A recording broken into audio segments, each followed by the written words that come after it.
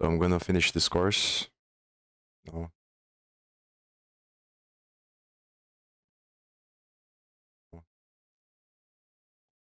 I don't think I'm gonna do the other course on SQL after this, because I think it doesn't. The reason why I'm not enjoying this course so much is because it doesn't relate a lot to my vision. So I think I'd rather do the other courses first and see.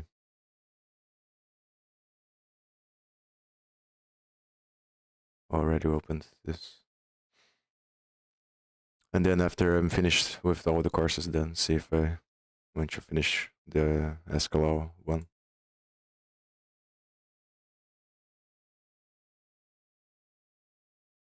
Yeah. Okay. So far, I've learned how to use several SQL clauses. For instance, you know how to use select to pull specific columns from a table, along with where to pull rows that meet specified criteria. You also know how to use aggregate functions like count, along with group by to treat multiple rows as a single group. Now you'll learn how to change the order of your results using the order by clause, and you'll explore a popular use case by applying ordering to dates. To illustrate what you learned in this story, we work with slightly modified version of our familiar paths table. Order by is usually the last clause in your query, and it stores the results returned by the rest of your query. Notice that the rows are not ordered by the ID column. We can quickly remedy this with the query below. The order by clause also works for columns containing text where the result shows up in alphabetical order. You convert order using the desk argument, short for descending. Next query sorts the table by the animal column. Where's the order by animal descending? Dates. Next, we'll talk about dates because they come up very frequently in real world databases. There are two ways that dates can be stored in BigQuery, as a date or as a datetime. Date format has the year first, then the month, and then the day. It looks like this. The datetime format is like the date format, but with time added at the end. Extract. Often you want to look at part of a date, like the year or the day. You can do this with extract. We will illustrate this with a slightly different table called paths with date. The query below returns two columns, where column day contains the date corresponding to each entry, the date column from the paths with date table. So day from date as day. SQL is very smart about dates, and we can ask for information beyond just extracting part of the cell. For example, this query returns one column with just the week in the year between 1 and 53 for each date in the date column. You can find all the functions you can use with dates in BigQuery in this documentation under date and time functions. Day of the week has the most fatal motor accidents. Just gonna skip that. Consecutive number column contains a unique ID. Just pretty much select count. Then group by, order by.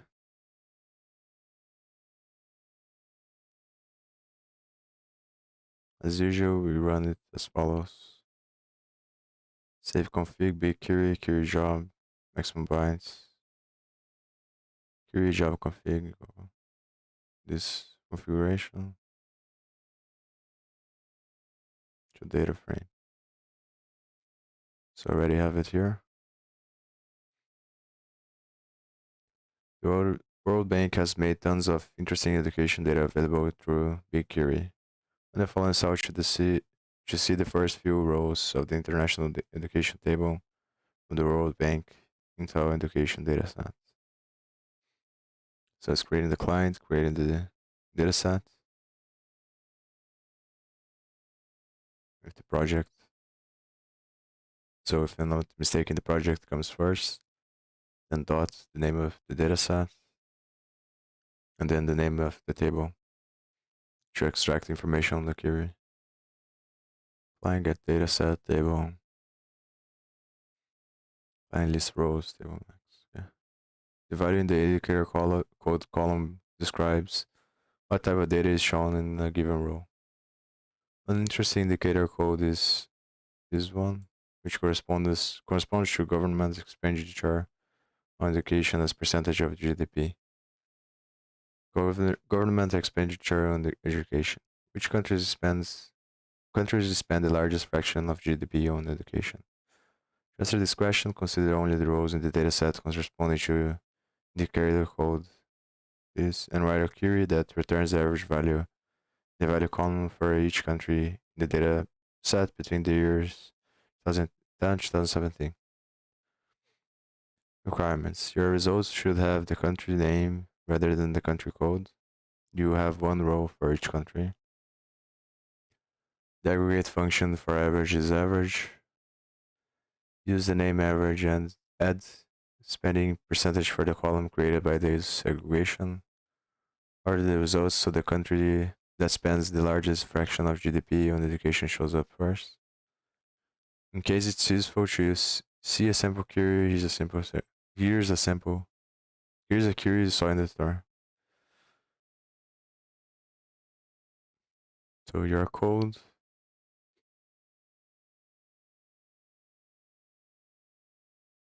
So select this thing here, I guess. As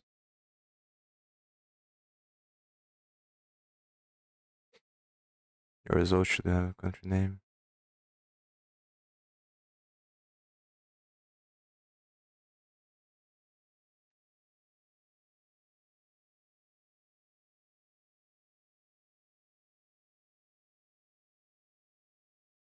I'm not sure if this is correct.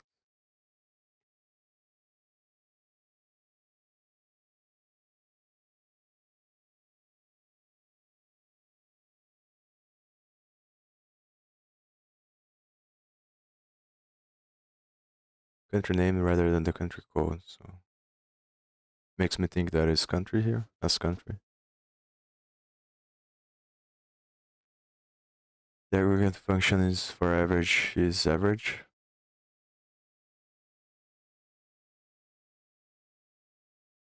I forgot about, I think it's count to do functions.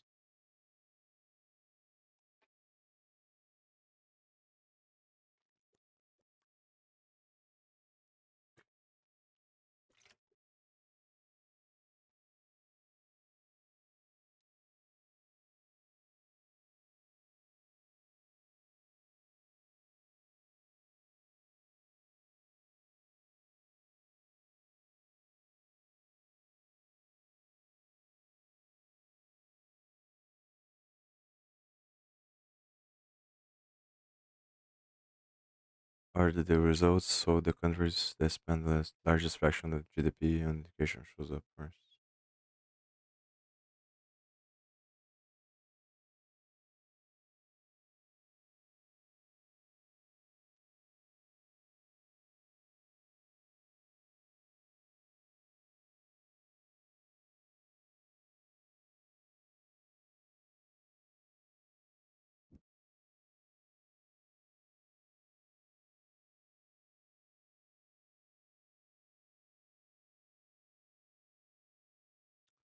So I think here is value, group of value.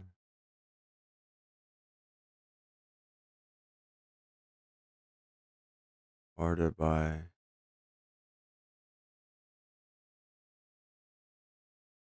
average, maybe. Average descending.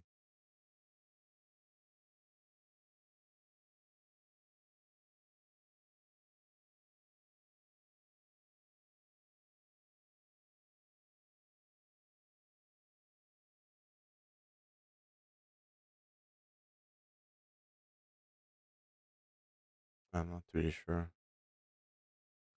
Probably gonna look at the hint now.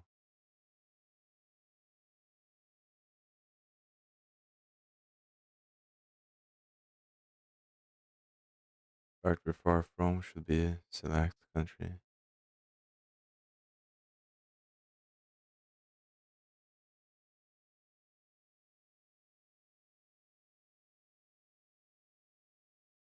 So the code has to come after that, I think.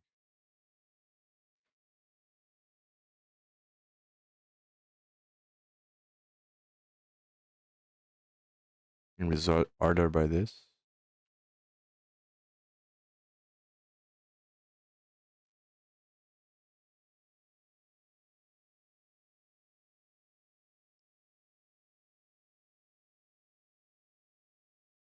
Select country name average value as average and spending.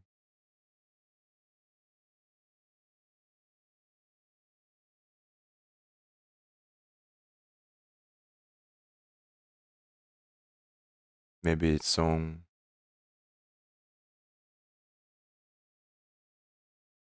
quotes.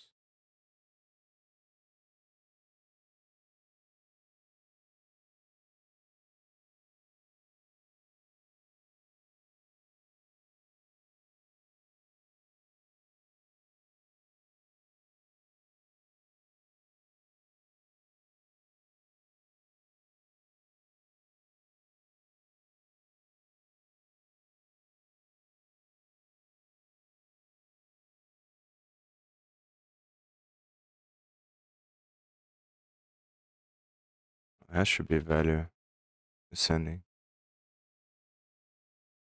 Maybe it's grouped by country name.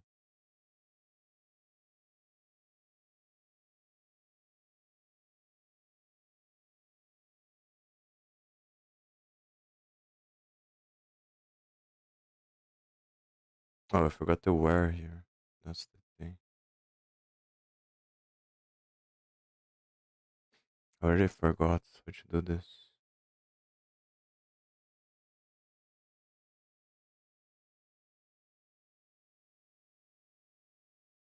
What I'm supposed to do on the where.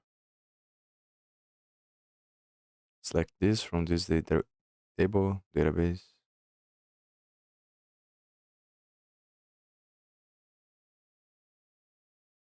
Maybe it's the code here.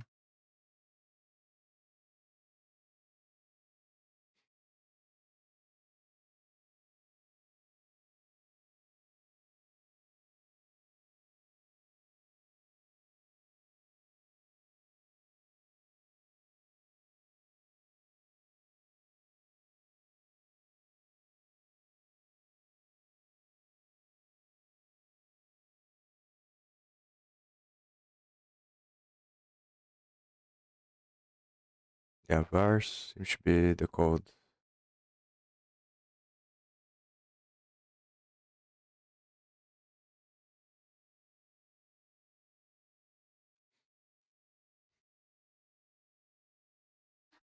Maybe just count. Group by count.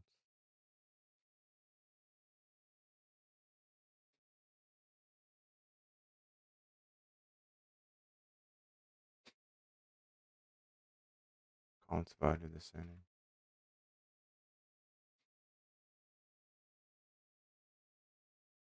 I'm just gonna look at the solution.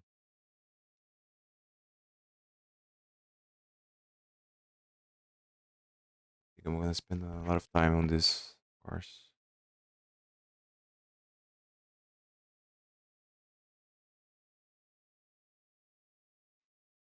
Maybe I'll come back.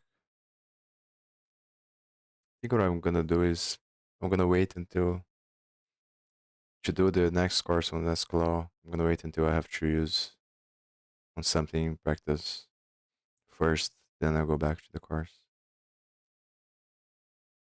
Because that's gonna make me more motivated to do this.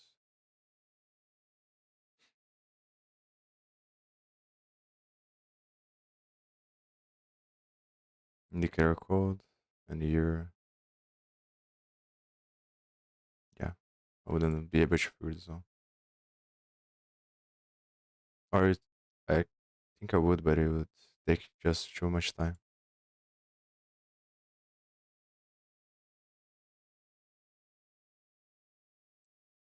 Identify interesting codes to explore. The last question started by telling you to focus on rows with this code, but would you find more interesting indicator codes to explore? There are thousands of codes in the dataset, so it would be time consuming to review them all. But many codes are available for only a few countries.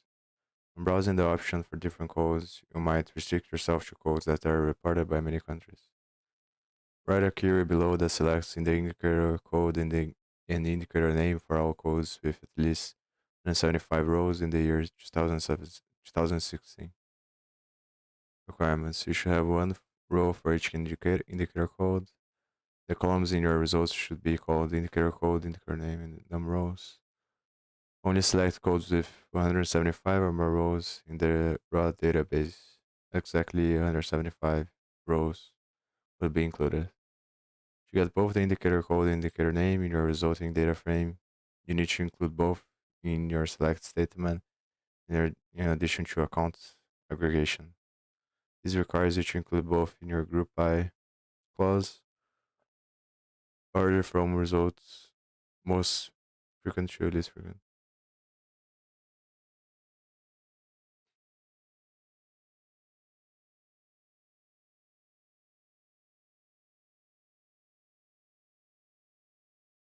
So it's going to be select.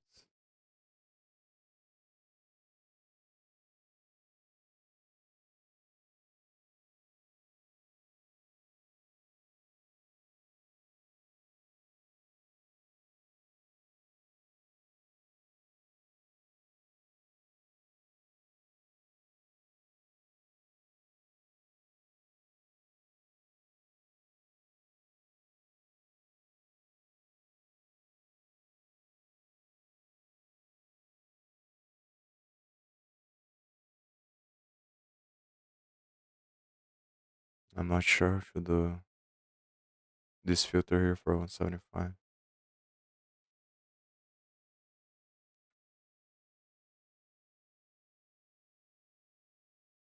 At least the simple statements that I remember. Group by order.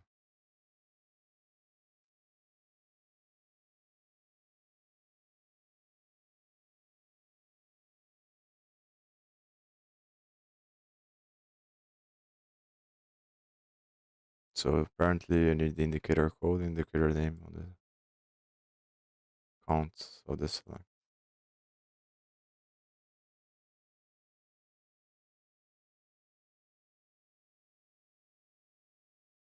This set should be bigger than 75.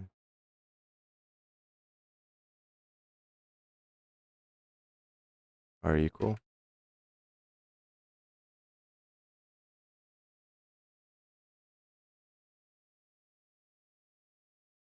Group by. Let me see if I remember how to. Yeah.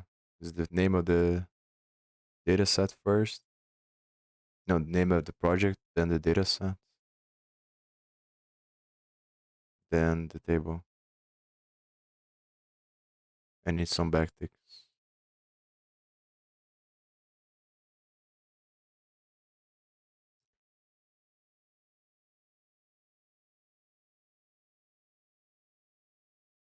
Are the results from most frequent to less frequent? So the order by would be the frequency descending. No, yeah, most frequent to least frequent.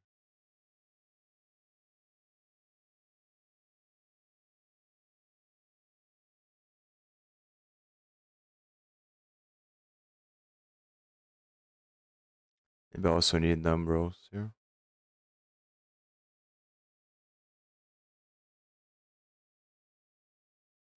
I think I'm just gonna look at the solution. I'm not gonna do it.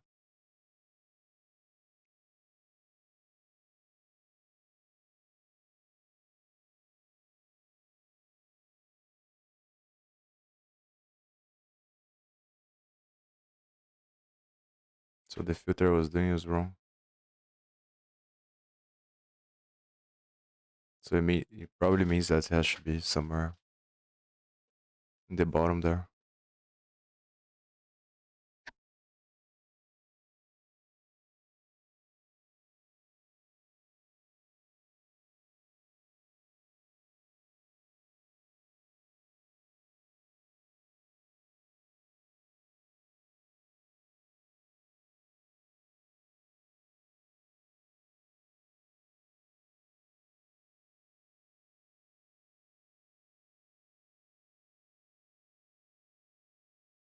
Just gonna look the solution.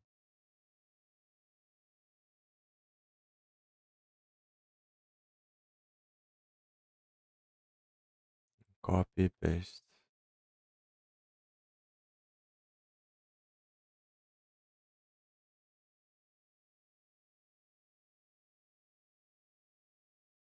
So let me see. Year equals 2016. Group by indicator name. Yeah, so it was correct the way that I was. No, I wasn't doing count one. I was doing the thing inside the count. But at least, yeah, having count one bigger or equal 175. I think for this one, I'm not even gonna get the certificate. Just gonna finish for the sake of finishing it. But production with all that you've learned, your SQL queries are getting pretty long, which can make them hard understand and debug. You're about to learn how to use AS and with to tidy up your queries and make them easier to read. Along the way, we use the familiar pets table, but now it includes the ages of the animals. As you learned in an earlier tutorial how to use as to rename the columns generated by your queries, which is also known as aliasing. This is similar to how Python uses as for aliasing when doing imports like import pandas as PD or import searbarn as SNS. Choose a S in SQL, insert it right after the column you select. Here's an example of a query without an AS clause.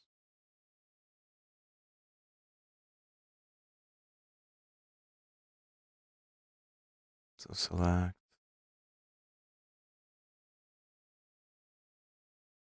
This query is return the same information, but in the second query, the column returned by the count function will be called number rather than the default name of F0 with S. On its own, S is a convenient way to clean up the data returned by your query. It's even more powerful when combined with what's called the common table expression. Common table expression or CTE is a temporary table that you return within your query. CTEs are helpful for splitting your queries into readable chunks, and you can write queries against them. For instance, you might want to use the pets table to ask questions about other animals in particular. So you can start by creating a CTE which only contains information about animals more than 5 years old like this.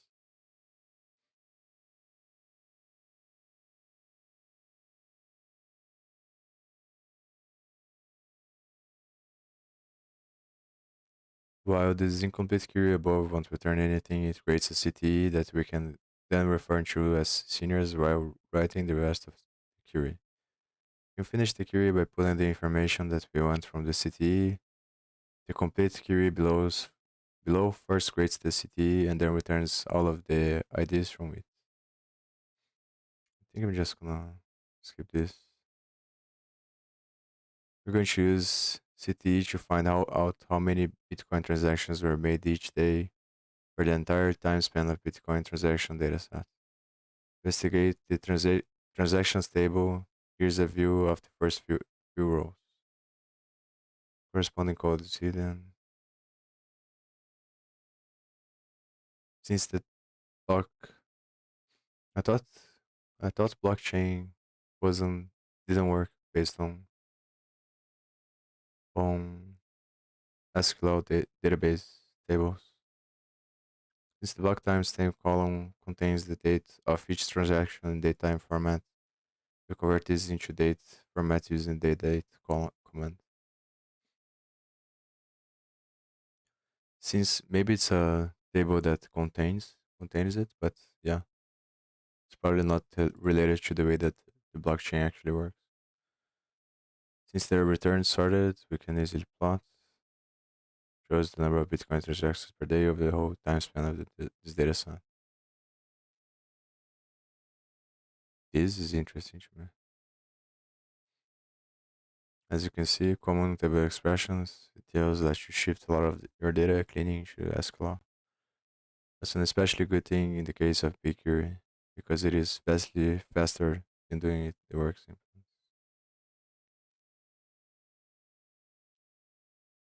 I don't think I'm gonna do the exercises.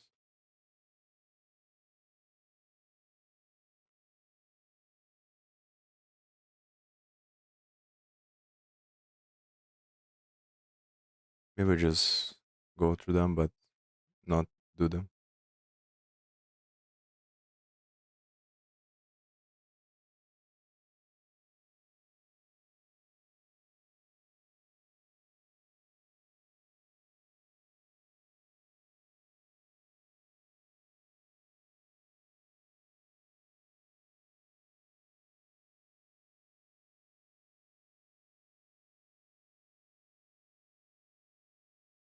Yeah, I don't think I'm gonna do it actually.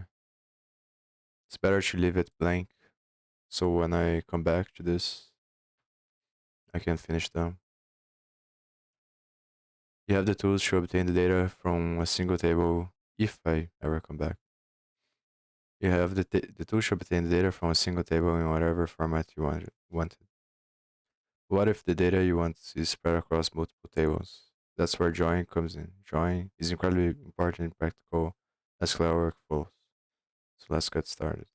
We use imaginary pets table with the animal. It's talking about the tables. To get information that applies to a certain pet, we match the ID column in the pets table to the pet ID column in the owner table. So I think of the free code camp course, we talked about this a little bit.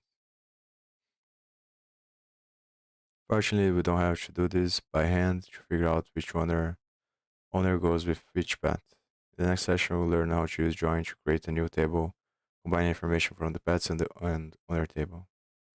Using join, we can write a query to create a table with just two columns, the name of the pet and the name of the owner.